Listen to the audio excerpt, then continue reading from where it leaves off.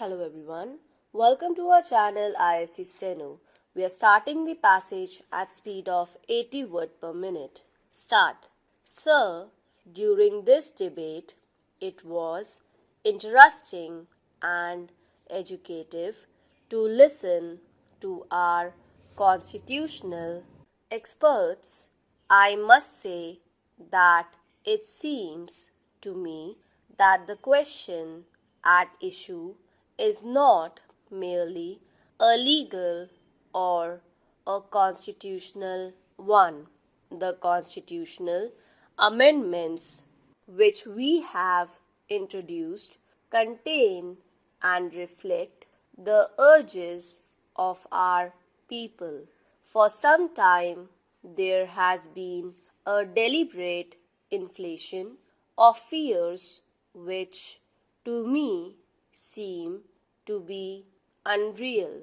A controversy has been generated as regards the supremacy of Parliament against the supremacy of the Constitution, as if these two were distinct concepts, mutually exclusive and even perhaps opposite. Those who describe the issue in this manner conveniently forget that our Constitution was drafted on the fundamental assumption that our people have firm faith in the principles of democracy. This faith in our people reflects in our Constitution. Several honorable members have spoken of the confrontation between Parliament and the judiciary.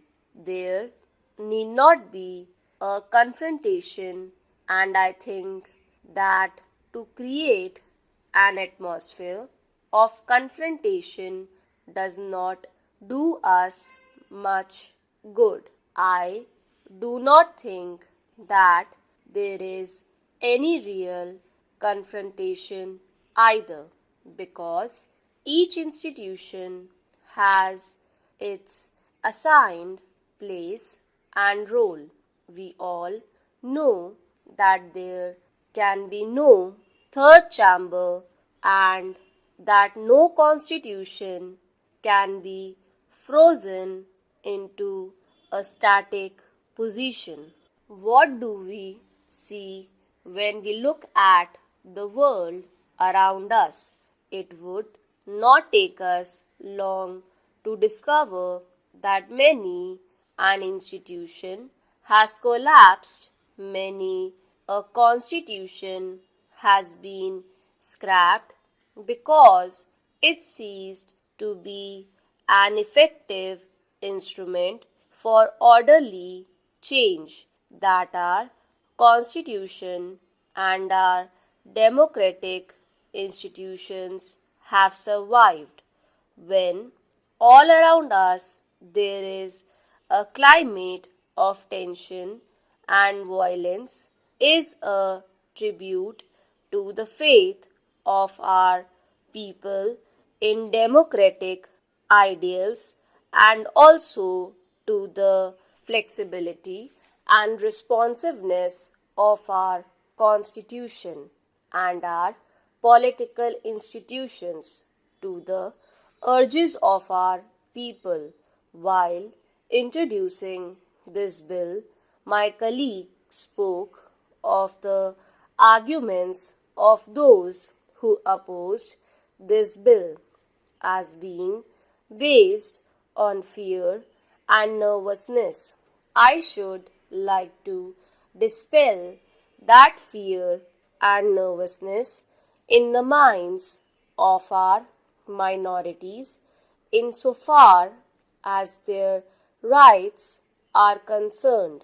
I believe that protection to them can be guaranteed only by this Parliament. Mere constitutional devices cannot give guarantee. History is full of examples of constitutions being overthrown or frustrated. Therefore, a wider and deeper democracy is a more durable guarantee of the rights of our minorities. My endeavor has not been to defeat parties but to educate the public and strengthen the people so that they themselves will not permit any curtailment of their rights. The protection of the rights of the minorities can be ensured only when the majority itself is convinced that its well being and progress is linked with a sense of security amongst the minority communities. In the ultimate analysis, it is only a sensitive and strong public opinion which can give real protection to the minorities. The major premise of democracy is the will of the people as expressed through parliament. As my honorable friend said in his excellent speech, if our democracy had gone violent and had become an instrument of oppression, it would have failed and something else would have taken its place. If such anarchy were to take place in our country, holding the Constitution against the flood waters of right reaction or of violent revolution would not divert the tide. There is an unending attempt by vested interests to divide the people and to mislead the minorities. I am confident that our people are committed to democracy. They understand and respond to the need for a secular approach, the need for change within a democratic framework, and the need to prevent narrow vested interests from obstructing the processes of changes. We all know that change is a fact of life, whether we like it or not. We all know that the clever arguments cannot bind us to the past. If you look at the circumstances of life as it is in India, I see no reason in a denial of radical change. Whatever is made rigid ceases to be living and organic, and many becomes less and less reflective of the needs of a vital and dynamic people. So, what are the choices before us? Can we adhere to the status quo?